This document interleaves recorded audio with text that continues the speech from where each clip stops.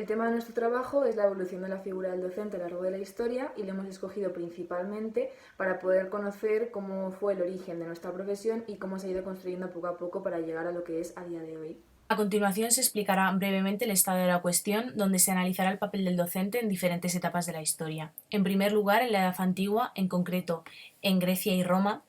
la educación que se impartía por parte del profesorado era muy básica, implicando solo la escritura y el cálculo. La formación era casi nula y se utilizaba el castigo físico como muestra de autoridad. En la Edad Media, la educación es un poco más amplia, se basa en las 7 artes liberales y aparte se crean las primeras universidades, lo que conlleva que la formación por parte del profesorado sea mucho más completa. Aún así se sigue utilizando el castigo físico para imponer la autoridad.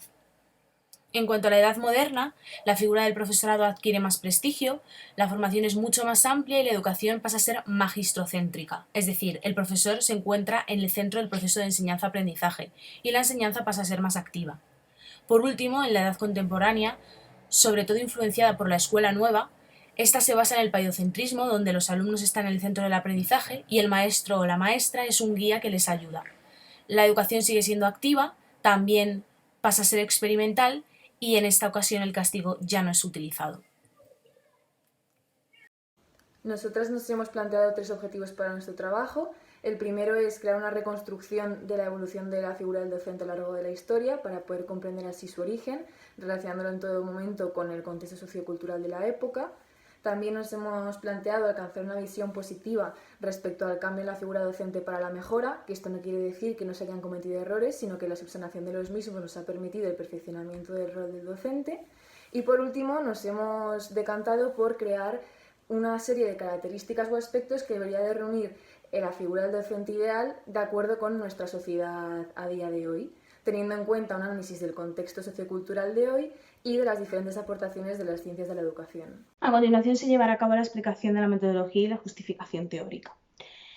En este apartado lo que hemos querido llevar a cabo es la creación de la figura del docente ideal, basándonos en diferentes características y en el contexto social. Entonces hemos utilizado diferentes instrumentos para poder crearla. En primer lugar, hemos realizado una encuesta a diferentes usuarios en las que se pedía que comentasen la formación que debería de recibir el docente, que opinan que debe de ser mayor, el prestigio que tiene esta profesión, que también opinan que debe de ser mayor, y algunas características que creen que son importantes, que luego las comentaremos. También hemos utilizado la LOE en base a algunas características y funciones que nombra del docente, como son la evaluación, la orientación del alumnado por parte de todo el equipo de profesores y profesoras y, por último, la relación que debe de existir entre profesorado y familia.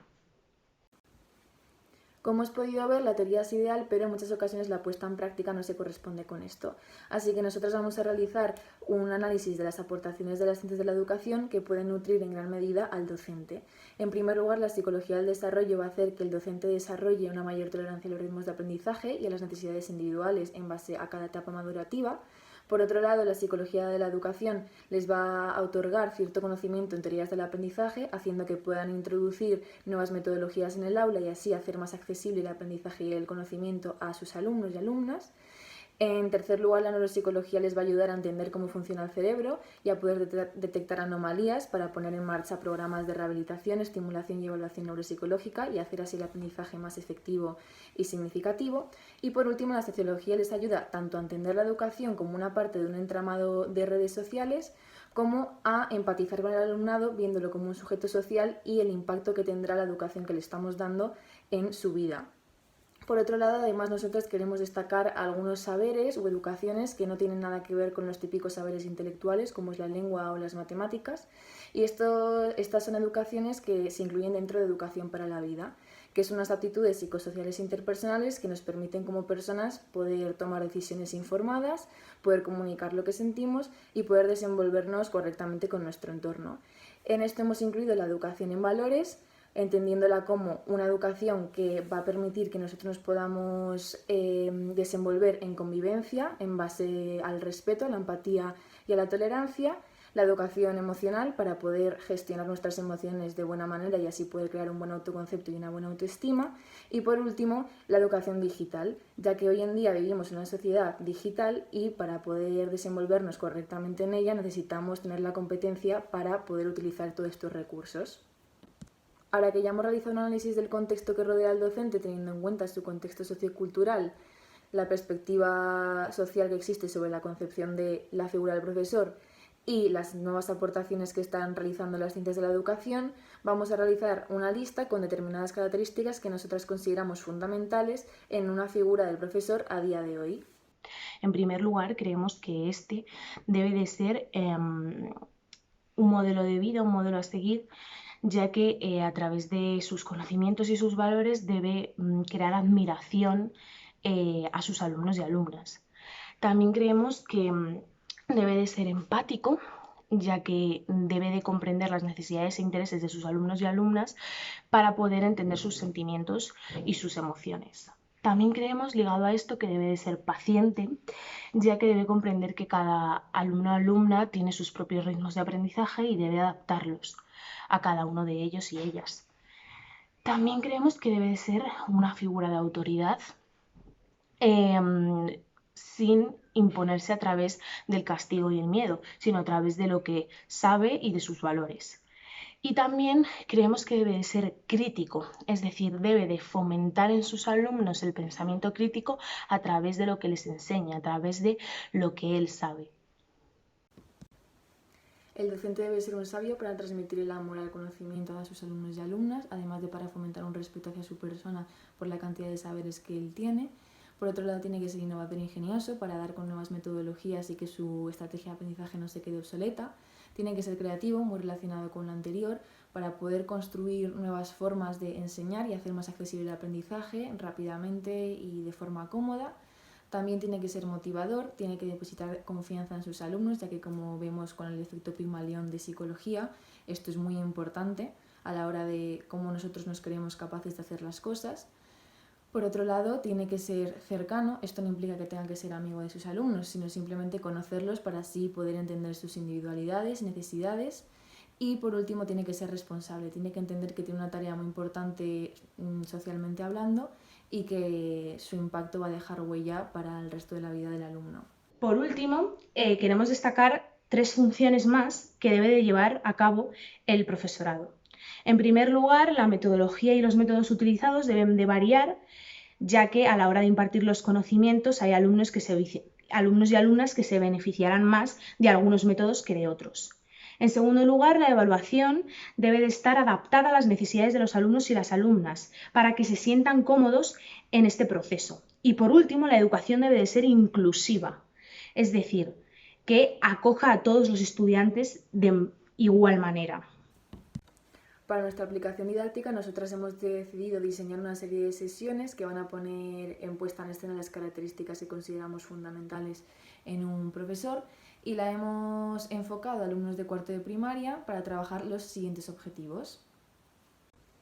La primera sesión se trata de una sesión introductoria a la prehistoria. Primero vamos a realizar una reflexión conjunta entre todos mediante una lluvia de ideas de cómo conocemos el pasado, haciéndoles así conocer y entrar en contacto con la arqueología. Para ello van a hacer un taller con cajones de madera en los que vamos a esconder objetos y van a tener que plantear sus hipótesis sobre quién hizo esos objetos, cómo y por qué. Y por último les vamos a enseñar imágenes de Atapuerca.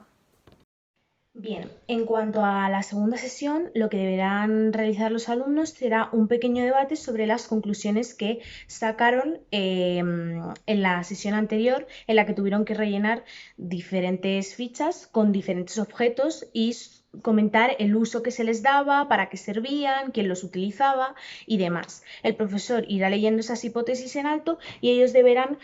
comprobar si son correctas o no y posteriormente el profesor les explicará si están en lo cierto o no. Después tendrán que elaborar un pequeño dibujo sobre la prehistoria y sobre las formas de vida para que les sirva de lluvia de ideas para la siguiente sesión. Durante la tercera sesión vamos a llevar a cabo la elaboración de una línea del tiempo Para ello el docente irá enseñando varios hechos históricos y ellos deberán de ir colocándolos en el Paleolítico, en el Neolítico o en la Edad de los Metales, según ellos vayan creyendo, por parejas y en una cartulina. Y finalmente, cuando ya tengan su línea de tiempo elaborada, el docente empezará a profundizar en los contenidos del Paleolítico, teniendo como guía la organización temporal que han hecho en su línea del tiempo. Bien, en la cuarta sesión lo que se llevará a cabo será la explicación por parte del profesorado de las etapas del Neolítico y de la Edad de los Metales. Esto se llevará a cabo mediante el visionado de diferentes vídeos e imágenes para que así puedan comprender mejor cómo era la vida en aquellas etapas y los instrumentos que se solían utilizar. Más tarde, para evaluar cómo llevan este proceso de enseñanza en cuanto a estos conocimientos, elaboraremos un pequeño Kahoot para que así podamos tener un seguimiento de su proceso y a ellos no les resulte la evaluación tan monótona y tan aburrida. Para la quinta sesión hemos pensado tratar las figuras rupestres y para ello vamos a enseñarles un vídeo de la película Hermano Oso, que es una película infantil que muchos ya habrán visto, en la que sale una anciana pintando varias figuras rupestres en una cueva. Vamos a mostrarles varias imágenes de figuras rupestres reales y ellos van a tener que inventarse una historia utilizando su imaginación y creatividad. Además, después, cuando acabemos esta actividad, van a crear su propio mural con sus propias huellas hechas con pintura de dedos, simulando los materiales que utilizaban en la prehistoria para hacer estas pinturas, y unas pajitas y unos vasos tal como mostramos en la siguiente imagen.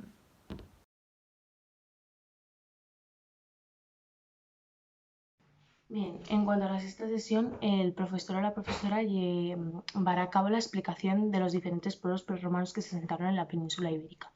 Por lo tanto, lo que los alumnos y las alumnas tendrán que realizar será, en los mapas que les entregue el profesor, establecer las formas de vida y los asentamientos en donde se situaban de cada pueblo, y las líneas del tiempo que realizaron anteriormente deberán establecer en qué época estos pueblos se asentaron en la península. Además, después la clase se dividirá en dos mitades, unos formarán el grupo de los celtas y otros el grupo de los íberos, y deberán llevar a cabo una mini representación de las formas de vida de ambos pueblos. Durante la séptima sesión van a representar las escenas trabajadas en la sesión anterior sobre las formas de vida del pueblo celta y del pueblo íbero. Después vamos a abrir un debate en el que van a tener que destacar las diferencias entre las diferentes culturas, así como sus aspectos positivos y negativos. Y por último vamos a compararlo con la forma de vida que tenemos hoy en día. Esto va a permitir a los alumnos tanto reflexionar como empatizar con los pueblos del pasado, como también darse cuenta de cómo el contexto influye en la sociedad y en cómo desenvuelven la vida. Bien, en cuanto a la octava sesión, lo que llevaremos a cabo será la explicación de ciertas expresiones artísticas de la época de los celtas y los íberos. Entonces, mediante el visionado de diferentes obras de arte, como por ejemplo esto es La Dama de Elche o Los Toros de Guisando, les enseñaremos algunas de estas expresiones. Más tarde les proporcionaremos arcilla para que ellos y ellas mismas puedan realizar en versión real estas obras de arte. La mitad de la clase